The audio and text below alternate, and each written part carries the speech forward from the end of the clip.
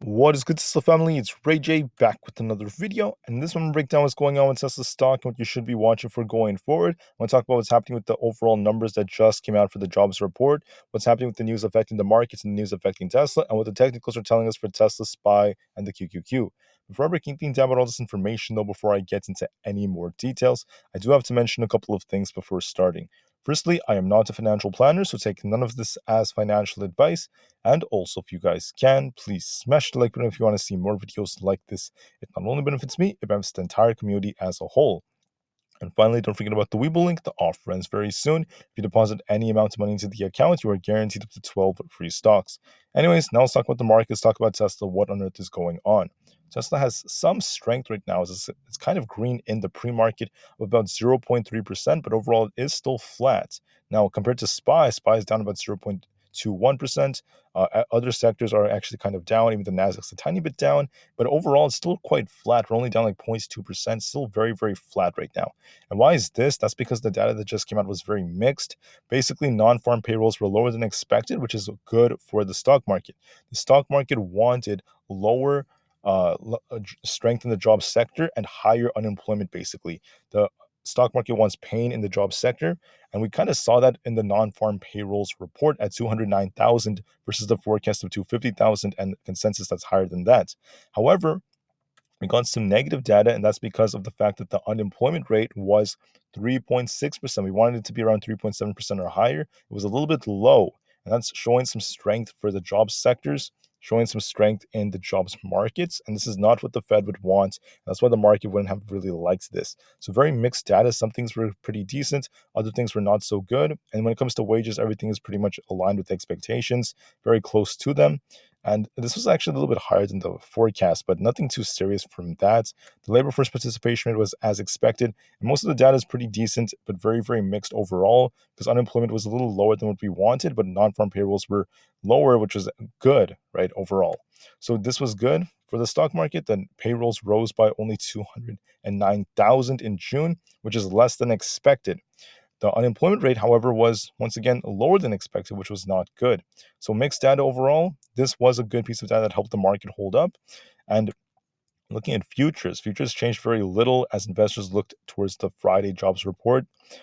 We didn't really see much of a change in futures, and the market has been very sideways. So, there's a good chance we may see lots of sideways price action even for today.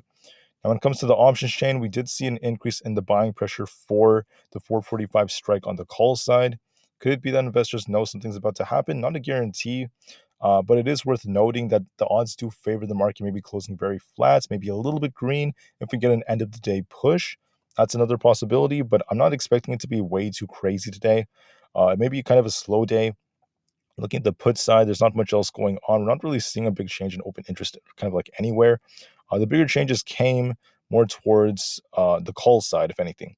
Now, when it comes to EV sales, however, things are looking pretty interesting. Tesla is still very dominant over there, despite Hyundai overtaking GM. This is making a lot of headlines, but still, Tesla's leading the way. We're seeing roughly over 300,000 EVs, according to the latest data. That's the growth we saw for Tesla, still doing very well.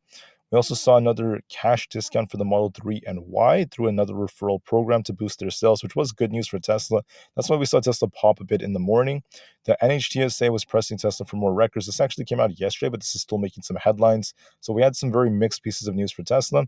And then there's this news that came out about Tesla offering China a new rebate as price cuts rock the EV market. So just worth noting, we had some pretty mixed data for Tesla, some good pieces of news too in the morning.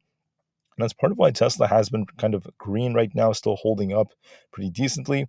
But I have some very mixed reports on Tesla. I mean, this is looking a little bit weaker. You can see Tesla got this very nice pump and has been making a lower high and slowly downtrending a bit, starting to curl a bit. We also have this gap over here. There's no confirmation of Tesla filling the gap just yet. So if you want to turn really bearish on Tesla, hypothetically, right? You want to see Tesla break below, first off, 275. If it breaks below 275, it's going to come down to 272.88 as the next major support. And if that breaks, you're going to be watching 270.21 as our next major support. If that fails for Tesla, it's going to come all the way down to 268. Then if that breaks, it's going to fill this gap down here. Now, if Tesla wants to turn bullish, if you want to see Tesla pump up to the upside, you're going to be watching this 278 resistance. Tesla's currently just testing it, 278. If we get above it, you're going to be watching 280. We have this imbalance right here, so there's a good chance Tesla may test this 280. If we manage to break above 280 and hold above it for an extended period of time, and the candlesticks remain very strong, Tesla could make a move all the way up to try to fill this gap or get very close to doing so around the 283 zone, very close to that. There is a lot of potential for Tesla to try to do it, so just watch it very carefully. Now, these are the more like heavy resistance and support levels to watch for. But what do I think is more likely to happen? Tesla has a tendency of pumping in the very beginning of the day. It has a tendency of doing so, like getting these nice pops before it comes down. You could see this happened yesterday. It like popped in the morning, then came down. If you look at 2 days ago, Tesla popped, then came down. And then the same thing happened like right here. We got this nice pump on Tesla and it came down. So we have this weird trend where Tesla pumps and comes down for almost every day of the trading week. So we might see something very similar. We might get some kind of pop near the open, then Tesla might start to slow down over time because that's the big spike in volume that helps drive it up. Then we might get some very sideways price action. I'm anticipating this to be very sideways for Tesla and to go back and forth between being red and green. Then we might get an end of the day push up to try to get Tesla green and maybe very, very sideways and flat. That is a real possibility. There's also a potential downtrend that could be, forming on Tesla, but for the time being, I still think Tesla's going to attempt to close very flat. It's not really doing a whole lot, and maybe even get a very green, I'm sorry, a somewhat green close at the very end of the day.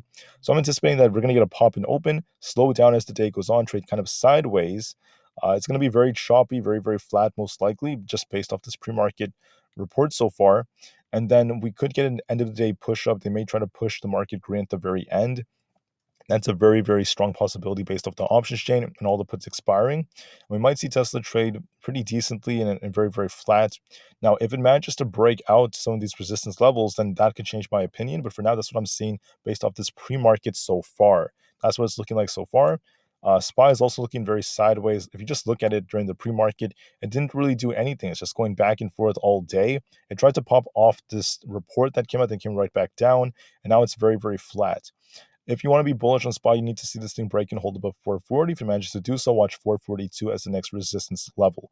If it manages to break that, then it could fill this gap all the way up here around this like 443 to 444 zone, all the way up here.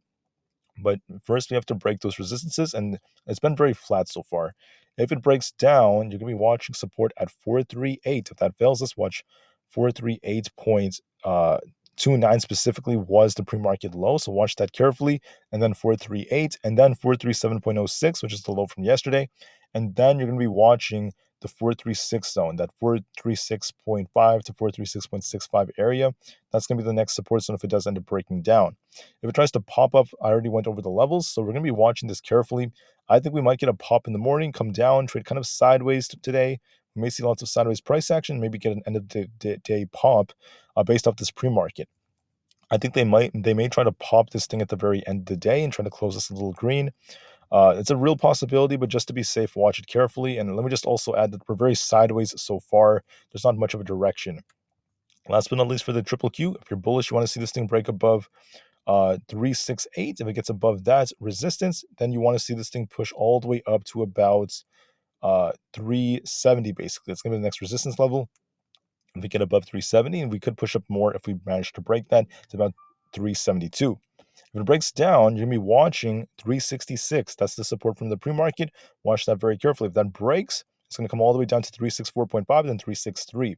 I think it's going to be very flat and very, very sideways. Get a pop in the morning with Tesla, come right back down, continue to chop around a bit, and maybe get an end of the day pump just to close this thing very green, maybe just a tiny bit green.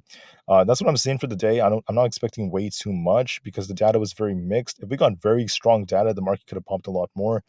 So I'm going to see it that way. And for now, just be very patient and watch these levels. The pre-market is not always perfect. I'm just saying this based off the levels we're seeing. This could change all depending on how the market opens, but that's what I'm seeing so far based off this data and based off these technicals. Until I see you guys later, thank you so much for listening. Tesla and the market to the moon is the long term is still very bright, and peace out.